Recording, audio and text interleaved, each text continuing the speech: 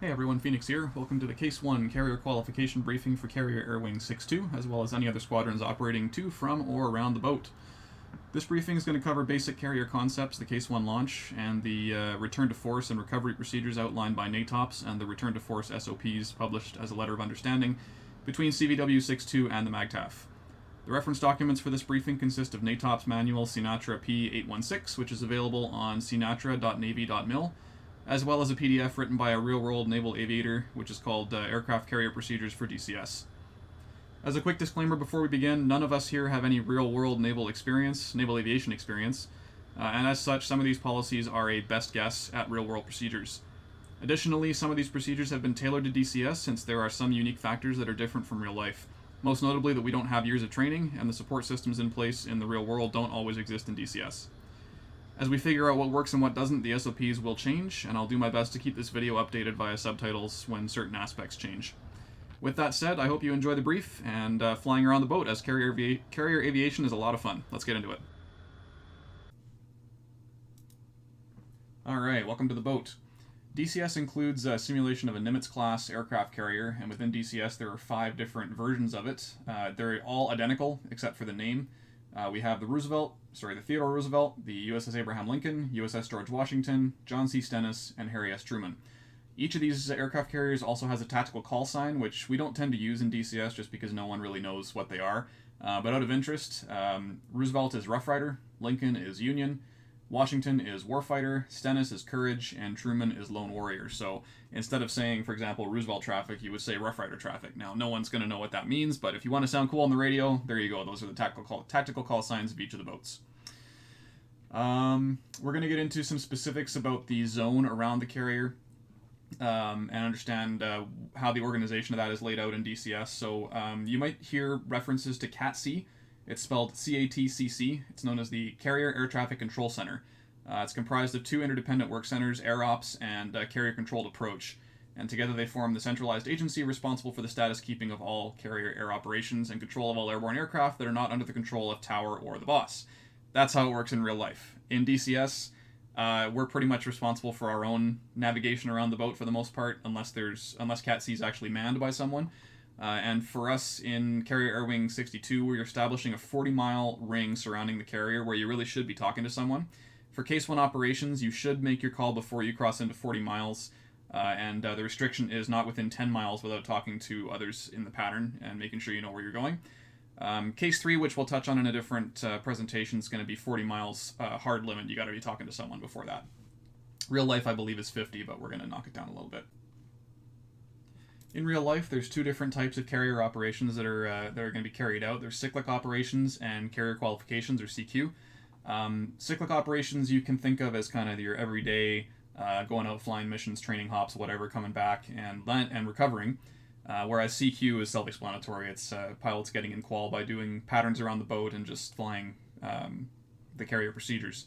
So for us in DCS, we're usually going to be doing cyclic operations. Now there's a whole list of stuff that happens with launch windows and recovery windows and stuff like that. We're not really too concerned about that for DCS because we're not doing this for real. So this is the layout of a Nimitz-class aircraft carrier flight deck. We're going to have a look at the different parts of the flight deck, and we'll outline where the typical spawn locations are for DCS. Unless there's a bunch of people on the boat, you're either going to be spawning on the starboard side or on the port side by elevator 4. So first of all, JBD, jet blast deflector, there's one behind each catapult. It does exactly what it says on the tin. And elevators, designated EL, surrounded in red and yellow dashed lines.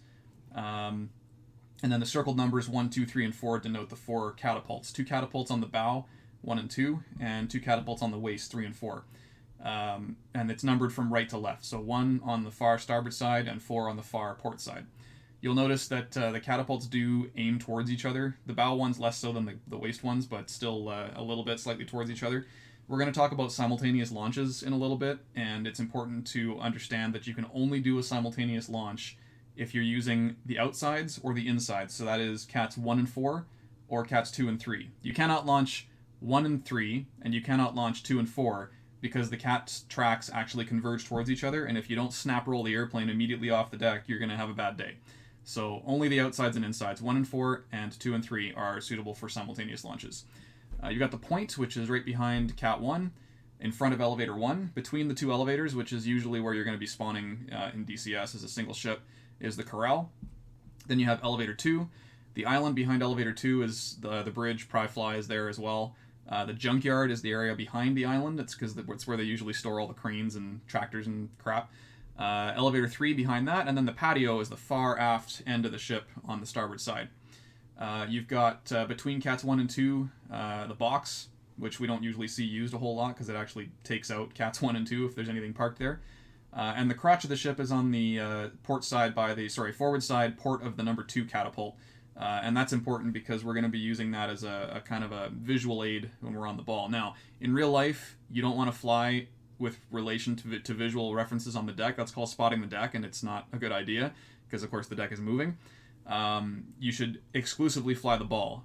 In DCS, we have to make a couple allowances because you might not be able to see the ball very well, or you need that outside reference because you can't feel what the airplane is doing, sinking or climbing, whatever. So we'll use the crotch as a visual reference. Then you've got the street and the 6-pack, which are in front of the corral, kind of in the middle of the deck. You might spawn, typically you'll spawn in the street if the server is paused on mission start and there's no start or spawn delay programmed into the mission. You'll usually end up spawning in the street. It's kind of a bit of a bug. And then you could also be spawning on the port side of the ship on or beside Elevator 4 in the finger or forward of Elevator 4. That has happened as well. The stern of the ship, also called the fantail, or the round down, is the back end of the ship, and we're going to be using that as a reference of when to turn off the 180 out of the pattern, which we'll get to obviously in a bit.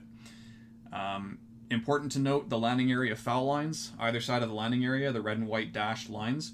No part of an aircraft can be, or anything really, no part of equipment or aircraft, personnel, nothing like that can be inside of that foul line when an airplane is inside the wave-off window on the approach. So if anything crosses that line and there's a guy in the groove, likely what happens is he gets foul deck wave-off, has to go around again in another pattern, and whatever caused the problem is going to be up for a bit of a wrist slap from someone. And that's about it, really. There's a couple other terms down in the definitions down there. Hummer hole in front of the island. It's typically where they park Hawkeyes in real life, E2Cs, and the COD as well, the C2. And there's also the bomb farm, which is between the island and the rail, where they keep bombs and missiles during flight operations. From there, they're brought to the aircraft. And then the LSO platform, of course, is just behind the finger there, outside of the foul line, near the stern on the port side. Allow me to introduce you to the Skittles, as they're known. The personnel on the deck of an aircraft carrier wear different colored shirts depending on what role they're playing. So we're all familiar with the yellow shirts. They're the ones that direct us on the deck, worn by aircraft handlers and aircraft directors, shuttle aircraft around the carrier's tight and chaotic deck. I really wish they would help us taxi. Obviously, that's kind of beyond the AI limitations of DCS, but it would be nice. They're also catapult officers, arresting gear officers, possibly are wearing yellow shirts. And because yellow shirts are so involved in taxiing aircraft, they are often featured prominently in the dramatic photos depicting carrier deck operations. In those Top Gun videos, you've seen them there. Green shirts, they are the ones who run and maintain the ship's catapults and arresting gear. So anything to do with the wires or the catapults, that's green shirts. They're also hook runners, which basically they run out and unhook wires from arresting hooks if they don't fall off by themselves. And it's one of the most dangerous positions on the flight deck because the wires can snap across the deck at high speed, which will literally slice anything in half that it comes into contact with. And air wing maintenance personnel who work on the aircraft directly also wear green shirts, as do cargo handling personnel, ground support equipment troubleshooters, enlisted helicopter landing signal personnel, and photographers' mates. So, just out of interest, green shirts. White shirts are pretty mixed. Quality and safety observers, air wing quality control personnel, plane inspectors, and safety observers. Probably the most well-known white shirts, though, are the LSOs. Landing signal officers are white shirts as well. And those are sourced from each squadron in the air wing. They're usually pilots with historically high landing scores themselves, so you can't get to be an LSO if you're not very good at landing on the boat. In real life, that is. Blue shirts, plane handlers. Pretty much these guys are anytime an aircraft is moving that's not under its own power, it's going to be under the control of a blue shirt, so tractor drivers, guys like that. Messengers and verbal liaisons move the airplanes around when there's no pilots in them. Red shirts. If you see them running, try and keep up. These guys are Ordies, that's their nickname. Very near hazardous things or situations. Ordnance men deal with building, moving, and mounting weapons and arming the air wing's aircraft.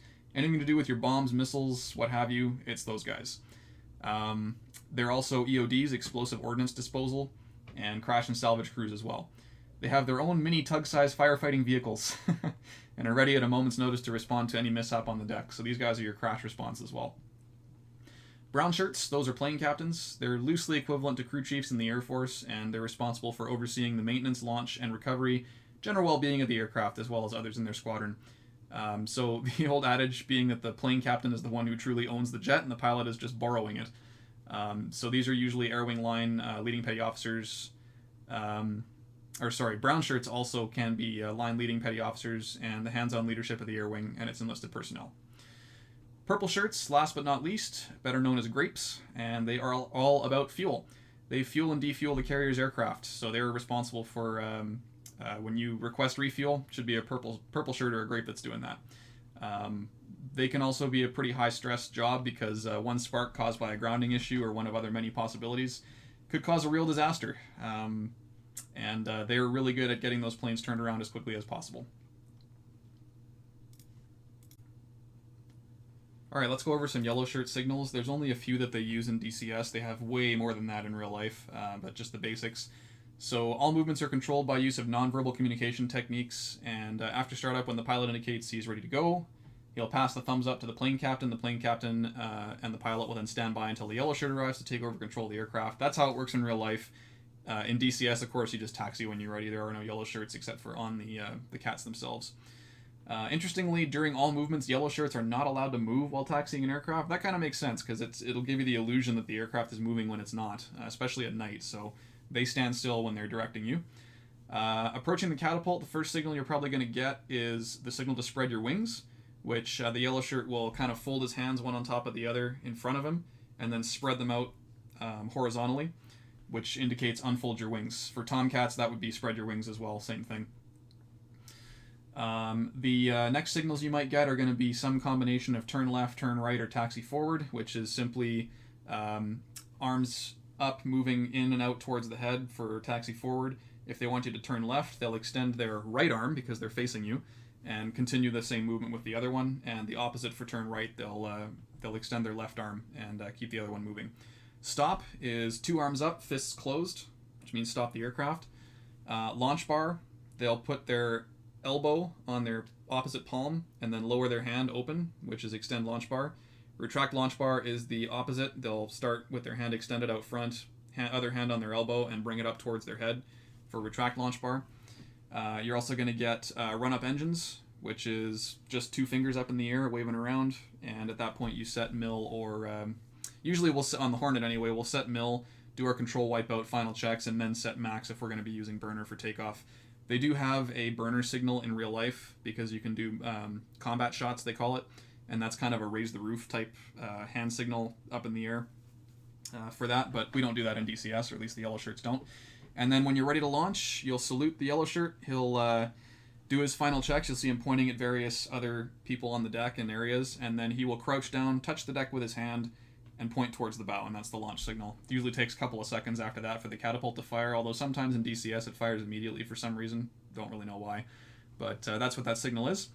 The important part for us Hornet pilots, and by the way, I do apologize, a lot of this is going to be Hornet specific. It does apply to everyone, but because we've kind of come up with our own procedures for the Hornets, that's where the origin of this all was.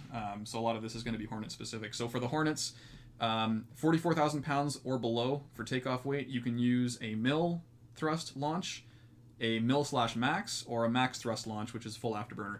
So mill power is self-explanatory, max power is self-explanatory. The mill max launch means that you run up to mill power when he tells you to, and then you salute him, he does his checks, he points to the bow, and as soon as that catapult fires, you shove the throttles forward into max, so the burner's light as you're taking off down the cat track. That's 44,000 pounds or below. For 45 and above, it's going to be max power. You've got to go max burner before the cat shot and make sure everything's working. There's an area between 44 and 45. I'm going to say above 44,000 pounds. We'll consider it to be 45,000 pounds. Take the safe option. Okay, and that's about it for the yellow shirt signals. Going to take a quick second and discuss the after landing procedures for the boat as well. None of the real world procedures really apply here because we don't have yellow shirt directors and stuff like that. But after landing, you're going to be looking to your right from the landing area. The pilot will see a yellow shirt pulling one of his thumbs backwards. That indicates throttle back after the trap. And a moment later, you'll give the hookup signal by moving one thumb up into an open palm from below. Of course, we don't have any of that. So once you land on the boat, you need to give it a couple of seconds at idle power. So when you feel yourself get arrested, you stop on the deck, bring your throttles back to idle. You'll feel the wire pull you back a little bit. You'll back up slightly. When that stops, then that's when you raise your hook. If you raise your hook too soon, you can end up getting stuck on the wire, and you can't get out of the landing area. You're just stuck there, and you might cause a wave off behind you if you do that. So just make sure you give it enough time to pull you back, stop, and then raise your hook. Okay, and then taxi guidance, slow is the key word. Don't move too fast, especially with the Hornet. That nose gear really likes to slide when your speed's too high, because the high gain steering, it deflects about 70 degrees or so. So don't go too fast on the deck. It's just about kind of a brisk walk is what we usually say. Max RPM for taxiing on the flight deck, 75%, unless you're given special permission. And eyes out at all times. Be aware of how big your airplane is, especially if your wings are still spread. Just make sure you fold them right away. As you get off the landing area, your wings should be folding. And then for taxiing at night, naval aviators use the phrase half the speed and twice the caution. So slow down and just keep an eye out where you're going.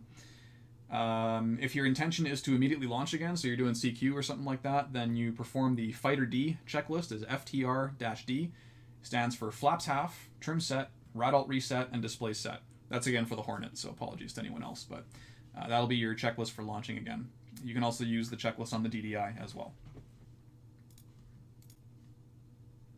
Quick note on communication.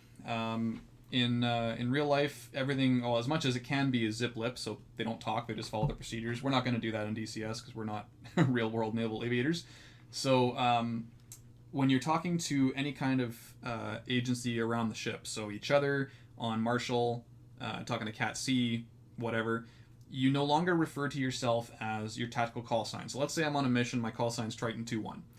That's what I call myself to the AWACS, that's what I call myself to any JTACs I'm working with, FAC-As, whatever, on 251.5, the general frequency, I'm going to call myself Triton 2-1, or Triton 2 flight of however many. On the boat, I become my MODEX, or my side number. So whatever number the aircraft is, it's printed on the side of your nose, that's your call sign around the boat. So I would become Triton 200.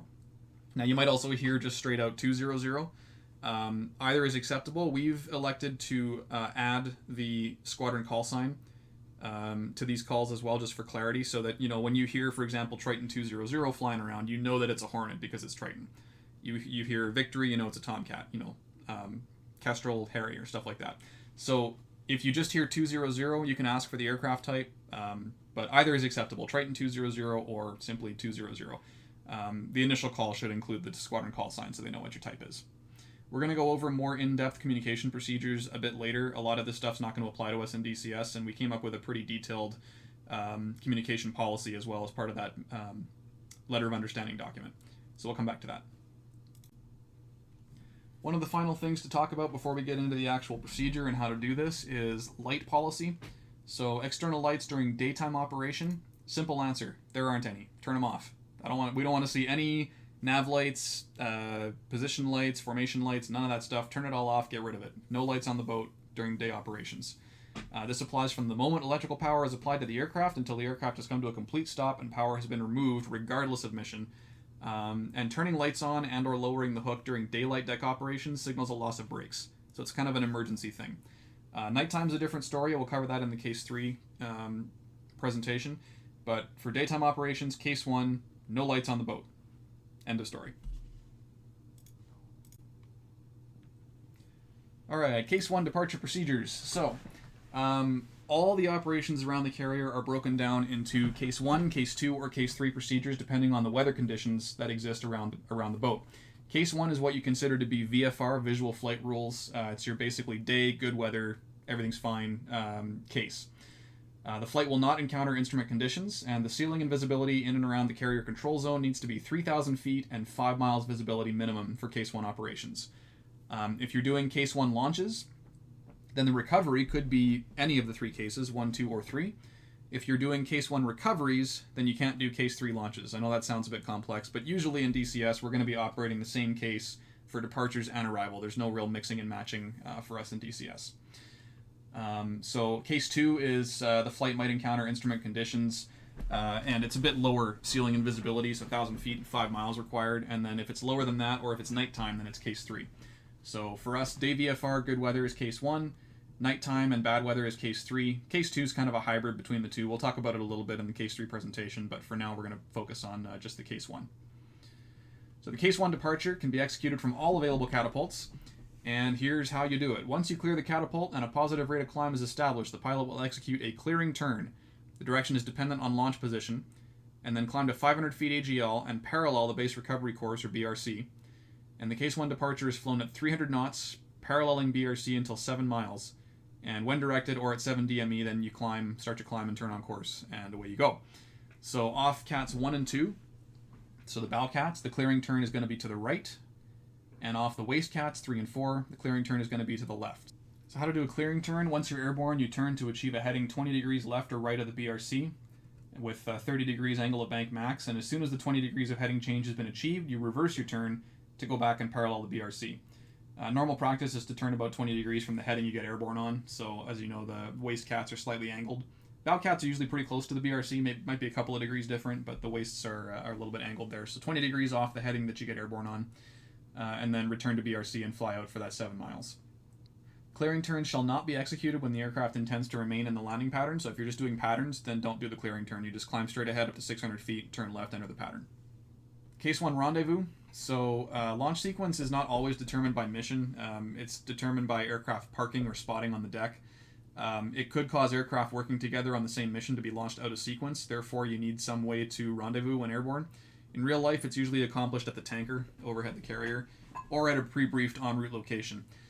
For us, we're going to try our best to launch either in what's called a Covey launch, or if we do have to launch sequentially, then we'll just fly. We'll plan like a running rendezvous usually, or you can brief it with your flight lead. It'll vary depending on the situation. A Covey launch is a simultaneous launch from, as I mentioned before, either the inside catapults 2 and 3, or the outside catapults 1 and 4. And it's where you try to time your salute such that the catapults launch at exactly the same time. You make your clearing turns away from each other. Once you're established in the clearing turn, the flight lead returns to BRC, and the wingman gets the flight lead in sight and goes and forms up on his flight lead. So you form up in the departure, and that way you don't have to waste time doing it after you're done with the 7 mile thing. Covey launches are only to be completed in case 1 conditions, and they are only applicable, as I said, off the outside cats or the inside cats to avoid a converging course. All right, we're going to go over the landing pattern, and then once we talk about that, we're going to go back and talk about how to get to the landing pattern. But first of all, we need to understand the shape of this thing. This is the VFR day fixed wing pattern. Harriers are going to be a little bit different, and I'm going to leave it up to Echo to go over that with 290. But for all the fixed wing aircraft, this is how we do it. The pattern doesn't belong specifically to the case 1 recovery. It's not recovery specific. For case 1 and case 2 recovery procedures, the pattern is the same. During case 3 recovery, there's no pattern because it can be considered an IFR procedure. So the VFR day fixed wing pattern is shown in this picture on the right hand side, and we're breaking it into different sections to create a better understanding of the pattern and how it's flown. We're going to start off at the initial. The initial is located 3 miles behind the ship at 800 feet AGL. And ASL, of course, should be the same thing because we're on the ocean. But 800 feet AGL. You'll get to this 3 mile, 800 foot point somehow, and we'll talk about how to do that in a bit. But the important thing to note is it doesn't matter as long as you don't conflict with anyone else and fly through the Marshall stack or something like that. You can get to the initial however you want to. But 800 feet, 3 miles behind the boat, you're going to fly inbound towards the boat on BRC, and that will take you all the way up to this point, which is what we call the brake. At the brake, you're going to snap the airplane left without losing control and pull the throttles to idle, and then pull around that corner, and they've broken this down into an early brake, mid-brake, and late brake. You can brake anywhere in front of the ship up to 4 miles ahead of the ship.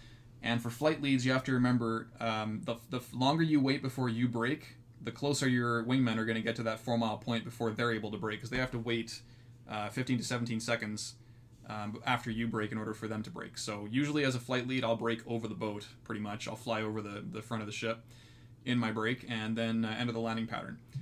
So there's early brake, mid brake, and late brake. I'm going to leave the technique to the squadron COs to teach.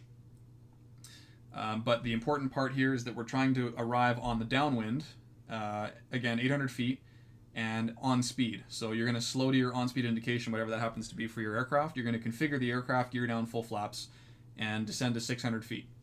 You're going to fly the reciprocal of the BRC all the way down this way until you get to the 180. And the distance is going to be 1 to 1.5 miles from the ship. For us Hornets, about 1.1-ish seems to be about right. And then you're going to get to the 180. At the 180 is when you're abeam the fantail. So from the section before, the fantail is the stern of the ship. When you are able to see the round down at the end of the ship, that's when you're at the 180. And you're going to commence a gradual descent and start turning in, around, and to go to intercept the final approach course. When you get halfway through that turn, that's considered to be at the 90. You should be 450 to 500 feet, and it's about a 45-second turn to get all the way around.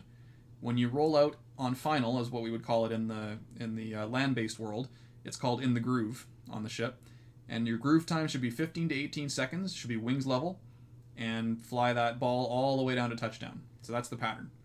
When you roll out in the groove and you're satisfied with all your parameters, you're going to make a ball call. And what that sounds like is your side number, your type, the word ball or Clara, depending on if you can see the ball or not. If you can't see it, you call Clara. If you can, you call ball. And your fuel state in decimal, so thousands, point, hundreds. So for example, if I'm in side number 200, I would call 200 Hornet ball 5.0. That means my side number is 200, I'm a Hornet, I can see the ball, and I have 5,000 pounds of fuel remaining. Once you land, don't anticipate an arrested landing. You want to select at least mill. You can go to afterburner if you want, or if you have the fuel to do that. But at least mill thrust when you touch the deck, and that way if you miss the wires, then you have enough airspeed and power to get airborne again and enter the pattern. One other thing you might hear while you're flying around in the Marshall stack or in the landing pattern is signal delta. Signal delta is the kind of the opposite of signal Charlie. Signal Charlie means it's your turn to come in and recover. Signal delta means we have to wait for some reason. So if you're still in the Marshall stack, you continue flying around the Marshall stack at your altitude. You can have a boat-wide delta, so a pattern-wide delta, so everybody has to wait, or you can have a delta specific to a squadron or even an aircraft. There's two different ways to fly the delta pattern. We're going to go over the clean delta, which is basically gear and flaps up, hold at max conserve, and this applies to everyone in the Marshall stack. You can also fly delta easy if you're in the pattern. It's flown on speed in the landing configuration with the speed brake retracted. And if you get a delta while you're in the pattern, that's what you're going to have to do.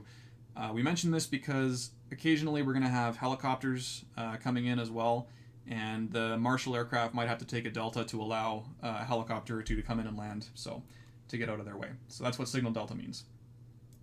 All right, now the fun stuff. Let's talk about how to get to the initial and arrive in the Marshall stack. So when you're entering the carrier control area, we're going to call it 40 miles surrounding the ship. You're going to make a call to Marshall or whatever ship it is traffic, and then you must have done this call no later than 10 miles prior to the boat, because the Marshall stack is a 5-mile pattern that's flown around the ship, and the ship is at the far, let's say if north is up, the ship is going to be at the far east, so the right side of that circle. The ship itself is position 1. So when you hear aircraft refer to positions in the Marshall stack, 1, 2, 3, and 4, position 1 is the ship. Position 2 is 90 degrees counterclockwise, so the top side of that circle is position 2. Then a further 90 degrees, the left side is position 3. And a further 90 degrees, 4 is at the bottom side. So 1, 2, 3, 4, 90 degrees around that circle. As I said, it's a 5-mile circle around the ship, and you're going to be holding at different altitudes depending on your squadron.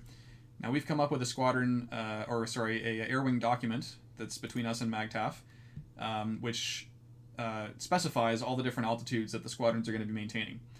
The Marshall stack starts at 2,000 feet, and it goes up as far as it needs to.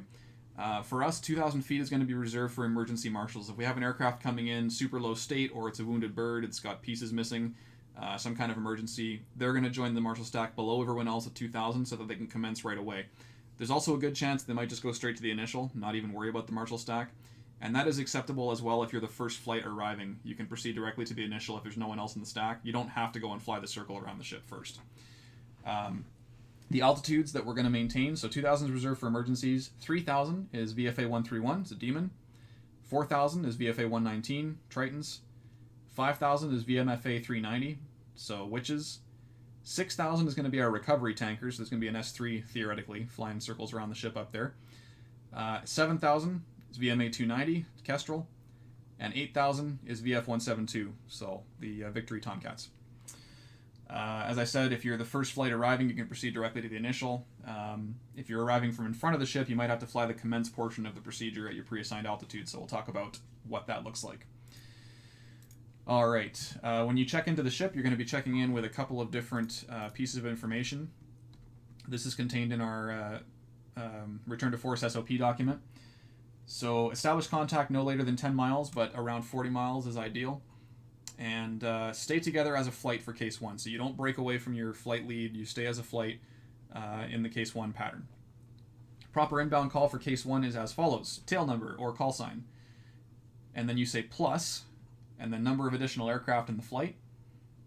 You are inbound from a cardinal direction, north, south, east, west, for however many miles distance to stack for recovery, refueling, join up, whatever, at Angels, whatever you're at. So, as an example, 101 inbound from the west for 30 miles for recovery at Angels 7.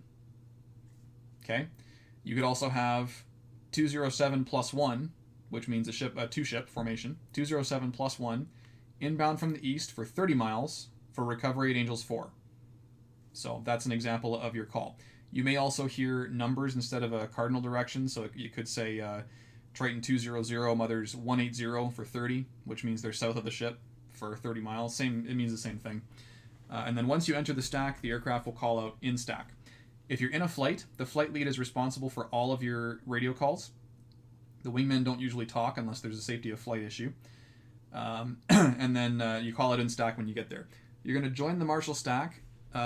Ideally, position 3 is kind of the best place to join the Marshall stack.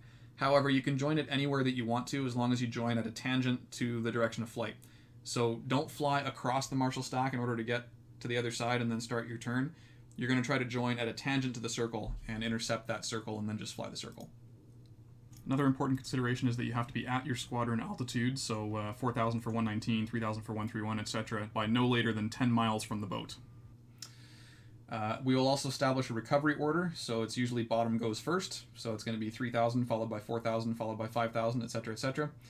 When you commence, which we'll look at the pattern for that in a second, the flight lead or you, if you're a single ship, will call commencing. So, for example, 101 commencing from Angel 7. You're also going to want to say your altitude as part of that call. So 101 commencing from Angel 7. That clues in the next guy who might be at Angels 8 to go, oh hey, they're commencing, I'm probably next. If we have multiple flights from the same squadron recovering at the same time, we might have 2 flights, let's say from Tritons at 4,000, orbiting at 4,000 across the circle from each other. So when one of them commences, the next one to commence might not be you at 5,000. It might be the other Triton flight at 4,000. So we have to coordinate that on the radio, and that's just be a pilot, good airmanship, right? But if you hear someone commencing from Angels, whatever, and it's 1,000 feet below you, then you're going to say, once they say commencing, you're going to come up on the radio and say, I'm next. So 207, I'm next. Now, if you're not next, then whoever's down at 4,000, the second Triton flight will probably speak up and say, hey, we're still down here. But that's the idea, is you're always going to try to determine who the next is to commence in the stack. One other important thing to note about the Marshall stack is that when you're climbing, if you have to climb in the Marshall stack for whatever reason, whether you're going for the tanker or something, you're always going to climb on the top side of that circle. So between points 1 counterclockwise to point 3, ahead of the ship basically, is the area to climb. If you're going to be descending for whatever reason, you're done at the tanker, you're coming back down, or in the case of the squadrons holding above the tanker, you're coming down to the tanker, you're going to do your descent on the bottom side of the circle, so from point 3 counterclockwise to point 1. We don't change. In real life, they actually collapse the stack down, so when the guys at Angels 2 commence, the guys at Angels 3 will come down to Angels 2. We're not going to do that, it's a bit too complicated for us. So what we're going to do is maintain whatever your squadron altitude stack is, and after you commence, then you're going to drop your altitude down to 800 feet and get to 3 miles behind the boat. So the commence pattern is this thing right here, and what it looks like is you're going to fly the Marshall stack all the way around, you're going to get to position 3. When you get to position 3, you're going to take a 30-degree cut away from the ship along this yellow dotted line, and you're going to start descending to 800 feet AGL. Those squadrons that are higher, so 290 and 172, you guys are probably going to have to come down at a pretty brisk pace, but it shouldn't be an issue to get yourself down to 800 feet by the time you reach 3 miles behind the ship. So you're going to follow that 30-degree offset out a little bit, and the reason that you do this is because at the same time as you're doing this, you're also going to increase your speed to 350 knots. So you were flying this pattern at max conserve, or according to our CVW SOPs, at 250 knots. So this is a 250 knot circle. If you were to just fly directly behind the boat in a straight line and then try to turn in, well, suddenly now your speed is 350 knots. You're going to blow right through that initial course and end up way the heck out to the east. So that's why you take this cutaway, accelerate to 350 knots, descend to 800 feet. Then you're going to take this turn all the way back around, and you should arrive about 6 or 7 miles probably behind the ship, and you're going to fly in at 350 knots, 800 feet to the initial at 3 miles. You're going to call initial, and then you're going to break over the boat as briefed in the last landing pattern slide. Let's look at our squadron SOPs here, just go through them, or the Air Wing SOPs here, go through them real quick. So there's some links here to the publications we were talking about in the beginning of the intro there. And this is for fixed wing. Case 1s, here's your altitudes, 2,000 all the way up to 8,000. You can go straight to the initial if you're the first ones there. And you're always going to be marshalling over top of the CVN. So for the Harriers, and well, helicopters are different, but for the Harriers, even if you're going to land on the Tarawa, you still marshal overhead of Roosevelt, Lincoln, whatever the carrier, the CV is. And then you reorient once you commence. You can reorient on the Tarawa for landing. I'm just going to highlight some of the differences from the NATOPS procedures that we just mentioned. So all aircraft are going to maintain 250 knots indicated airspeed while in the pattern, unless an alternate speed is needed based on configuration. And all of the U.S. Marine Corps aircraft, so MAGTF aircraft, that's 390, 290, you guys are all going to observe the minute to live rule during your descent. So that means your vertical speed can never exceed your altitude. So if you're coming down through 7,000 feet, don't be doing more than 7,000 feet a minute. If you're down at 2,000 feet, don't be doing more than 2,000 feet a minute. That means theoretically you have at least 60 seconds before you hit the water. So if you lose concentration or whatever, you'll have that time so you don't crash into the water. Okay, so fuel ladder. CVW-62 uses the following fuel states as tank states. This means if you hit this fuel state, you have to go to the tanker. Now, again, this is DCS, not real life, so we're well aware that not everyone can tank, or there might not be a tanker available in DCS, because there is always a tanker in real life, but there may not be one in DCS, so take it with a grain of salt. If there's a divert to go to, it might be a better option than continuing to try to land. Don't put yourself in a corner. Don't try to land on the carrier so many times that you run out of fuel and you can't get to a land base now. That's basically the purpose of this. But for reference, below this fuel state is considered to be a fuel emergency. For Hornets, 3,000 pounds. For Tomcats, 3,500 pounds. And for Harriers, 1,200 pounds. Now, Harriers are a bit lower than everyone else, and that's just because there's much less of a chance that they're going to actually bolter based on their landing technique, as we will. Because they're just coming in slowly and doing either a rolling vertical landing or a VTOL onto the Tarawa, so it's less likely that they're going to have to go around. So along with the tank states, the Air Wing suggests that aircraft arrive in the groove on their first pass with enough fuel for 2 additional passes. So this is written as T+2. And the following fuel burns are approximate fuel burns for 1 pass. The first number is case 1 and 2, and the second number is case 3. Because case 3, you got to fly out quite a ways back and come back in again. Again, that's for the case 3 presentation. But just so we know, for Hornets, about 500 pounds per pass. For Tomcats, same thing, 500 pounds per pass. And for the Harriers, 800 pounds. So this means that a Hornet should arrive in the groove with a fuel state of at least 4,000 pounds in Case 1 operations. That is 3,000 is your tank state, plus 2 passes is 1,000 pounds, so 4,000 pounds. And be aware of your fuel state, tank early if you need to. If you're sitting up at, Angels 8, and there's a ton of aircraft underneath you, and you're coming up on your tank or your T+2 state, maybe go to the tanker while you're waiting. If you do need to refuel while you're in the stack, you're going to climb or descend to the tanker altitude on the appropriate side of the Marshall stack, on the appropriate side of the circle. You're going to tank, rejoin on the left side of the tanker. And if other aircraft are already at the tanker, then you rejoin on the outside of them, so the far left side of the formation. Aircraft proceed to tank, starting with the inside aircraft on the left. When you're complete, you move to the right side to wait if you're in a multi-ship flight, or you can just return to your Marshall altitude if you're a single. If aircraft are already present on the tanker's right, then the aircraft completing AAR is going to cross all the way out to the outside of the formation and wait there. All right, command and signal. We talked about this a little bit, but just the comms for going in. You guys can review this on your own. The document's available in the CVW-62 chat or the MagTAF chat if you're, depending on which organization your squadron is a member of. There's one note for the rest of us that you might hear, mostly from the Harriers. I'm gonna probably surmise, which is if you're releasing a flight element from a flight in a Case 1 stack to perform their landing, then they're going to state they're releasing an element. So, for example, 207 releasing one element from Angels 3. That means one aircraft is going to break off and go do their landing. Typically, we wouldn't be using this for the fixed wings for Hornets and Tomcats because we're typically going to go into the break as a flight and then separate ourselves with time spacing in the break. But for the Harriers, they can't go into the land on the Tarawa the same way that we do. They got to go one at a time. So you might hear this from them. Also, if a Hornet or a Tomcat has an emergency, you might also hear this depending on what the situation is. Again, good airmanship prevails, and there's no way to make SOPs or procedures for every single contingency. So you have to think, keep your head in the game, and do that pilot stuff.